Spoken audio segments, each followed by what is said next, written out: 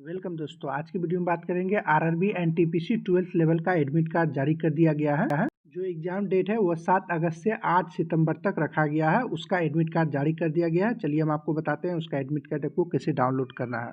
इसके लिए सबसे पहले आपको क्रोम ब्राउज़र को ओपन करना है। सर्च बार में CEN 6 2024 लिखकर सर्च कीजिएगा। इसका लिंक हम वीडियो के डिस्क्रिप्शन में भी डाल दिया हूँ, आप वहाँ से भी डायरेक्ट इस वेबसाइट पे आ सकते हैं। इसके बाद सबसे ऊपर में लिखा है CN 6 2024, इस पर आपको क्लिक करना है। इस पर क्लिक करने के बाद उसके बाद आपके सामने कुछ इस तरह का इंटरफेस आएगा। आपको वेबसाइट ढूंढने में दिक्कत हो रही होगी, इसलिए हम वीडियो के डिस्क्रिप्शन में भी डाल दिया हूँ, आप वहाँ से भी डायरेक्ट इस वेबसाइट पे आ सकते हैं। अगर आप सर्च करके आ रहे हैं तो आप यहाँ पे नीचे आइएगा। यहाँ पे नीचे में देखिए डेट में लिखा होगा 29/7/2025 में यहाँ होगा link of city intimation slip e call letter. इस पर आपको क्लिक करना है। जैसे ही आप यहाँ इस पर क्लिक कीजिएगा उसके बाद आपके सामने कुछ इस तरह का इंटरफेस आएगा। सबसे पहले आपको ऊपर में होगा पंजीकरण संख्या यानी रजिस्ट्रेशन नंबर। आप जब अप्लाई किए होंगे तो आपको जब आप रिसीविंग निकाले होंगे तो आपको वहाँ पंजीकरण नंबर मिला होगा, वही पंजीकरण नंबर आपको यहाँ पर डालना है। रजिस्ट्रेशन नंबर यहाँ पर लिखा होगा। जब आप अप्लाई किए होंगे, आप जब रिसीविंग निकाले होंगे तो देखिए यहाँ लिखा हुआ रजिस्ट्रेशन नंबर, वही रजिस्ट्रेशन नंबर यहाँ पर डालना है। रजिस्ट्रेशन नंबर डालने के बाद उसके बाद यहाँ होगा पासपोर्ट। पासपोर्ट में आपको डेट ऑफ बर्थ डालना है। सबसे पहले आपको डेट सेलेक्ट करना है, जिस भी डेट को आपका जन्म हुआ है। उसके बाद आपको मंथ सेलेक्ट करना है, जिस भी मंथ में आपका जन्म हुआ है। उसके बाद आपका ईयर सेलेक्ट करना है, जिस भी मंथ में आपको ईयर मतलब जन्म हुआ है। आप जब अप्लाई किए होंगे उसमें आपको डेट ऑफ बर्थ दिए होंगे तो वही डेट ऑफ बर्थ आपको यहीं पे डालना है। इसके बाद जो यहाँ कैप्चा लिखा हुआ उसको यहाँ पर डालकर उसके बाद यहाँ होगा लॉग इन करें, इस पर आपको क्लिक करना है। जैसे ही आप यहाँ पर लॉग इन पर क्लिक कीजिएगा उसके बाद आपके सामने कुछ इस तरह का इंटरफेस है। यहाँ पर थोड़ा सा वेट कीजिएगा। वेट करने के बाद उसके बाद आपके सामने कुछ इस तरह का इंटरफेस आएगा।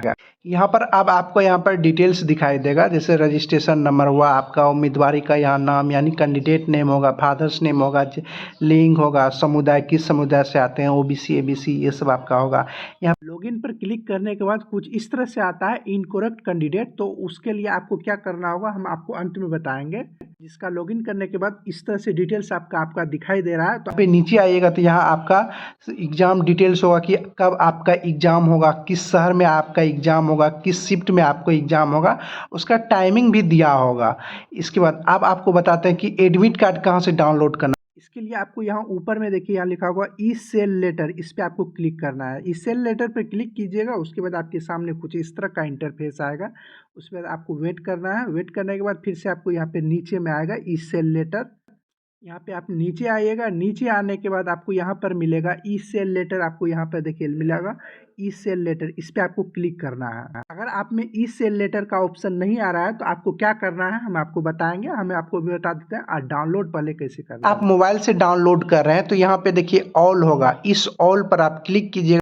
इसके बाद आपके सामने कुछ इस तरह का आएगा। उसके बाद यहाँ होगा ई सेल लेटर, इस पे आपको क्लिक करना है। क्लिक कीजिएगा तो एक PDF डाउनलोड होगा, उसे आपको दिखाई देगा। इस PDF में आपको टोटल 3 पेज होगा, जिसमें आपका फर्स्ट पेज में आपका फोटो लगा होगा, दूसरे पेज में आपको फोटो चिपकाना होगा। आपको वही फोटो चिपकाना होगा, जैसे यहाँ पे देखिए यहाँ पर आपको फोटो चिपकाना होगा। आपको वही फोटो चिपकाना है जब आप अप्लाई किए थे जिस वक्त, वही जो फोटो ऊपर में पेज नंबर 1 में वही फोटो आपको यहाँ पर चिपकाना है। यहाँ से आप साइज बढ़ा भी सकते हैं, यहाँ से बढ़ा दीजिएगा। उसके बाद यहाँ पर नीचे कीजिएगा तो आपको यहाँ पर देखिए एग्जाम डिटेल्स, परीक्षा का विवरण, आपका कहाँ परीक्षा है यहाँ पर दिया होगा। उसके बाद आपको यहाँ पर दिया होगा कि नज़दीकी रेलवे स्टेशन आपका कहाँ पर है।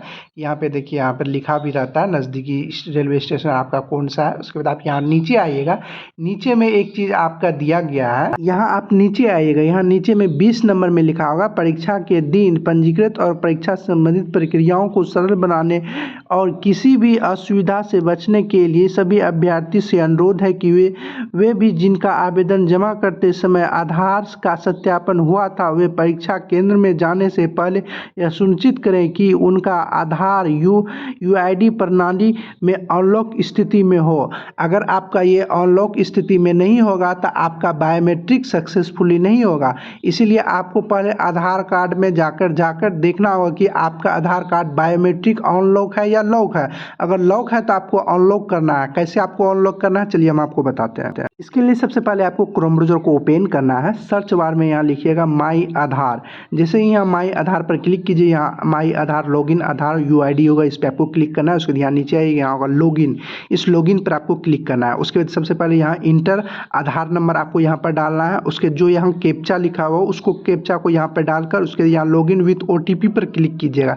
जैसे ही लॉगिन विथ ओटीपी पर क्लिक कीजिएगा तो आपके आधार कार्ड में जो भी मोबाइल नंबर लिंक होगा उस पर ओटीपी जाएगा, उसको इंटर ओटीपी में डालकर यहाँ पर लॉगिन पर क्लिक करना है। उसके बाद आपके सामने कुछ इस तरह का इंटरफेस आएगा। यहाँ पर नीचे आइएगा, यहाँ पे नीचे आने के बाद देखिए यहाँ लिखा होगा लॉग अनलॉक बायोमेट्रिक, इस पर आपको क्लिक करना है। इसके बाद यहाँ नेक्स्ट होगा, इस पर नेक्स्ट पर क्लिक करना है। उसके देखिए यहाँ लॉक अनलॉक बायोमेट्रिक आपका लॉक है, और लॉक होगा तो यहाँ ताला का निशान होगा। उसके बाद इस पर आपको क्लिक करना है। उसके बाद यहाँ नेक्स्ट होगा, इस पर आपको फिर से क्लिक करना है। इसके बाद अब आपको यहाँ पे देखिए लिखा होगा अनलॉक बायोमेट्रिक परमानेंटली, आपको नीचे वाला पे क्लिक करना है। यहाँ पर अनलॉक बायोमेट्रिक परमानेंटली, इस पर क्लिक करना है। उसके बाद यहाँ ऊपर में बॉक्स होगा, इस पर आपको टिक करना है। उसके बाद यहाँ होगा नेक्स्ट, इस नेक्स्ट पर आपको क्लिक करना है। जैसे ही यहाँ नेक्स्ट पर क्लिक कीजिएगा उसके बाद यहाँ होगा your biometric has been unlock successful. अगर आपका आधार कार्ड में पहले से अनलॉक रहेगा तो कुछ इस तरह से लिखा आएगा यहाँ लॉक बायोमेट्रिक, तो समझ लीजिएगा आपका आधार कार्ड अनलॉक है। आपका जो पहले से अनलॉक रहेगा तो आपको कुछ करने का जरूरत नहीं, जिसका लॉक रहेगा उसको अनलॉक करना है। आपको फिर से समझा देते हैं, और जो आपका अनलॉक रहेगा तो कुछ इस तरह से आएगा लॉक बायोमेट्रिक, यहाँ पे देखिए ऊपर में लिखा रहेगा।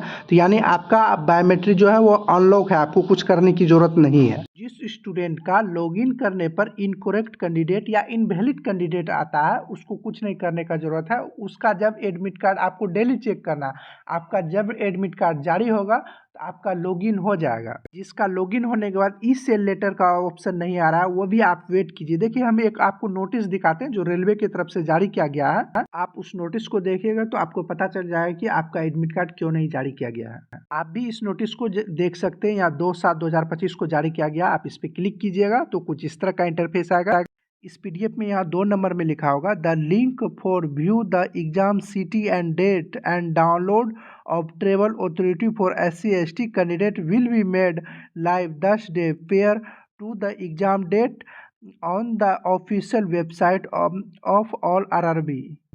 इसका आप हिंदी वर्जन भी डाउनलोड कर सकते हैं। इसमें स्पष्ट बोला जा रहा है कि एग्जाम डेट और एग्जाम सिटी आपको 10 दिन पहले मालूम चलेगा, और आप एडमिट कार्ड 4 दिन पहले आपको डाउनलोड करने का ऑप्शन मिलेगा। यानी अगर आपका एग्जाम 10 दिन या 20 दिन बाद है तो आप अभी डाउनलोड कीजिएगा तो आपको इनवैलिड कैंडिडेट या इनकरेक्ट कैंडिडेट आपको लिखा आएगा। अगर आपका लॉगिन करने बाद लॉगिन हो जाता है, ई सेल लेटर का ऑप्शन नहीं आ रहा है, इसका मतलब आपका अभी 4 दिन मतलब एडमिट कार्ड जो है वो 4 दिन पहले डाउनलोड होगा, और 4 दिन के अंदर आपका एग्जाम नहीं है, इसलिए ई सेल लेटर का ऑप्शन नहीं आ रहा।